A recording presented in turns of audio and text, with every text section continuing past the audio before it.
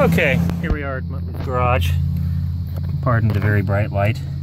We are going to remove, yes, the heater core cover.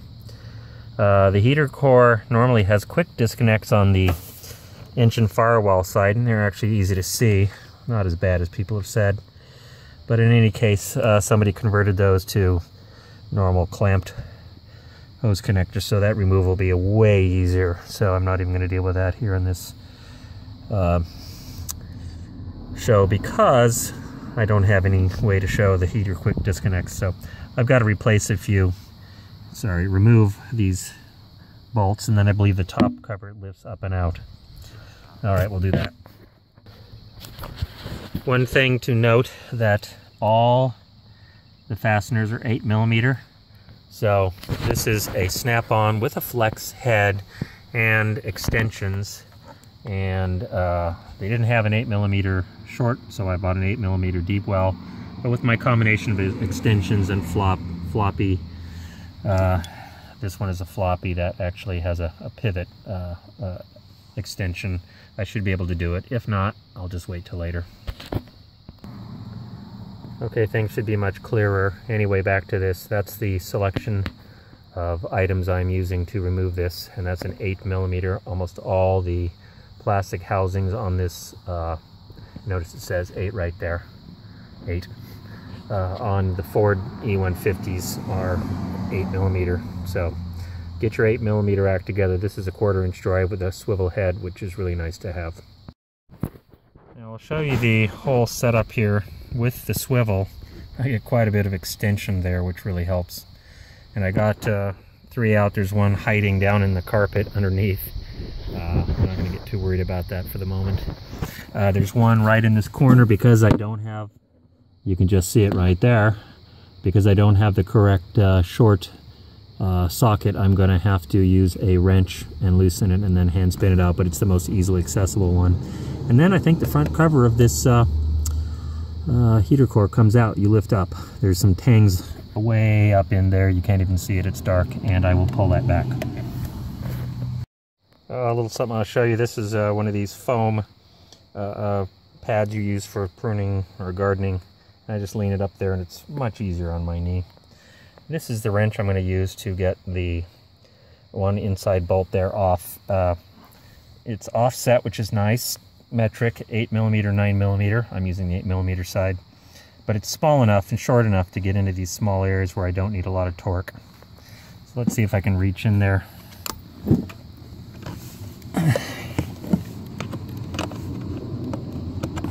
Wrong side. Oh yeah, no problem. It's already loose. I'll be able to hand spin it shortly. It's a little too dark right now to show you. Let's see if I can get some light on the subject here. There we go. You can see it's already kind of backing out. We'll pause. And sure enough, it came right out.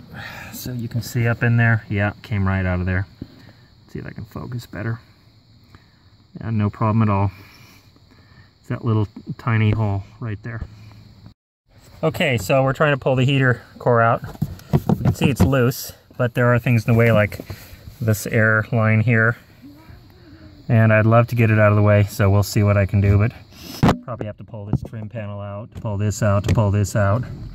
A lot of things to actually pull out, and then I'll get to it, which that's okay. I don't really mind.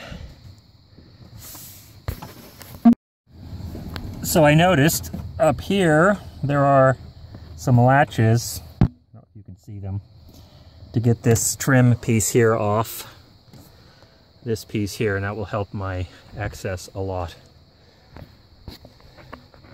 Okay, I was able to pull that off, so that was easy. And the next thing is to retract this item, just 4 8mm bolts. Remember those 8mm bolts I was talking to you about?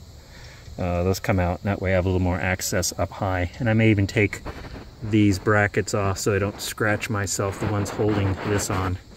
It's a bit of disassembly, but it'll help me work on this more. Another thing, this is a magnetic parts holder, really nice to use. Most of the bolts, fasteners will be iron or magnetizable steel, so really nice to have that sitting there. Alright, so this piece is held in by more 8mm bolts. That guy, that and that guy and that guy. The other one apparently missing over there in the corner. I'll take that off so I have more access. Okay, well, this object is out. Just took a minute. How about I don't gouge my glasses? There, put those up. Anyway, so this will give me a little bit more room, and you can see I already have a lot more room to access here. Yeah, it's not just a blank space, so I probably am restricted from here to try to get anything else out, because this piece is welded in, although, again, it's only held in by 4 bolts, so it could all come out. Really not that hard. I think those are bigger than 8mm. Let me check. I think those are 9 or 10mm. Yeah, they're bigger. But again, not hard to take out, so might be a little easier to take out the supports and really get access to this thing. We'll see. I just don't know how quite hard it is. Obviously somebody had broken this and fiberglassed it, so they've been in here before. And I'm just going to take out, where did it go? That one nut here, because I can slide this whole assembly that's being held by that aside and then get more room to get the cover out. So far it really hasn't been difficult. I've just been taking my time. I want to show you here, I was able to pull this out by releasing that bolt. It really did help. So I'm pretty happy about that. At this point I'm pretty sure I'll get this thing out. Yeah, it comes right out. What do you know? So we reveal the heater core. Yeah, everything's accessible from here. I'm not really that worried now. See how much more room I have because I just took a few parts out and took 5 minutes to do it. Okay, so the hose clamps are that one and that one. They're not going to be very hard to get to. I have 1/4" extensions, and they go right into the heater core. So I'll just get those loose and yard these things out. Just wanted to show you that I'm using my favorite curved pliers to pull that off. I've already got it loose. It's just coming right off, so it's real easy. That's the top hose, and then that's the bottom hose, then I'll do the top hose.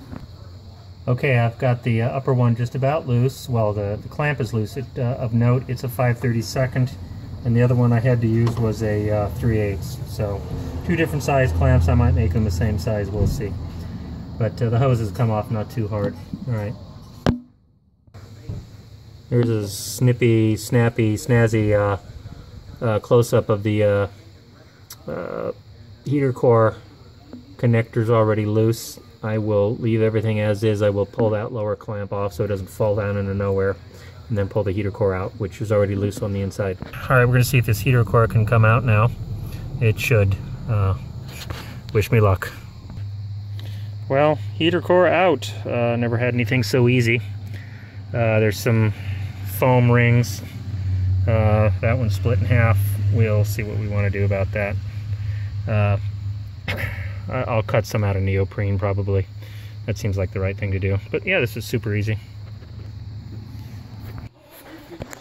And while we're here, I'm going to flush out the heater core using the hot water and just shove it up there, which I already got some debris out, and I'll do some more here. I'll even show you. You see, it's definitely dirty, needs to be cleaned out, so this is a great opportunity to do that, make the thing last longer. Okay, get my finger out of camera and flushed thoroughly, and now I'm going to go pull out the air blend door and see what's going on. Okay, well, here's the air blend door, and I don't think I've ever seen footage, but it's just flopping around, and the actual actuator's right there. It has 2 bolts to take it off, and I'm going to do that and go from there. Just wanted to show you where they are. Let's see if I can focus on these. Yeah, boy, it's trying to focus. Anyway, there's 2 down there and there's 2 up above. I'll undo those, but I'll undo the connector on it first. Alright, I got the connector off. It's just a push tab right here. It comes right out, so that was very, very easy. Push tab, it's kind of oriented upwards, uphill. Alright, the actuator's coming out. There it is. Let's see if I can do this with one hand. Can't see what I'm doing. Draw it out. Here it is, free. And as usual, the actuator looks to be okay.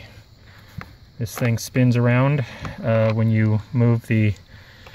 It's not the temperature, it's the blend to the floor. So that's what this will fix. Now I gotta pull the door out. Alright, there was a little bit of duct tape holding it in place, but the whole thing comes right out. My light's in the way. There it is. And I'm sure I will find... Oh yeah, it's all... There's some broken bits. Let's see, where is that broken bit? There it is. That's broken bits. So this air door can be replaced.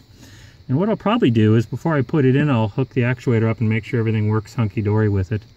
Because we really want to do that. And I'm going to go in here and clean up a little bit in here, just clean the dust out. So, scale of 1 to 10, I know a lot of people talk about this being difficult, but frankly, I found it quite easy. Now, this, well, you can't see it, but there's was a duct thing that a guy split in half and built a adapter.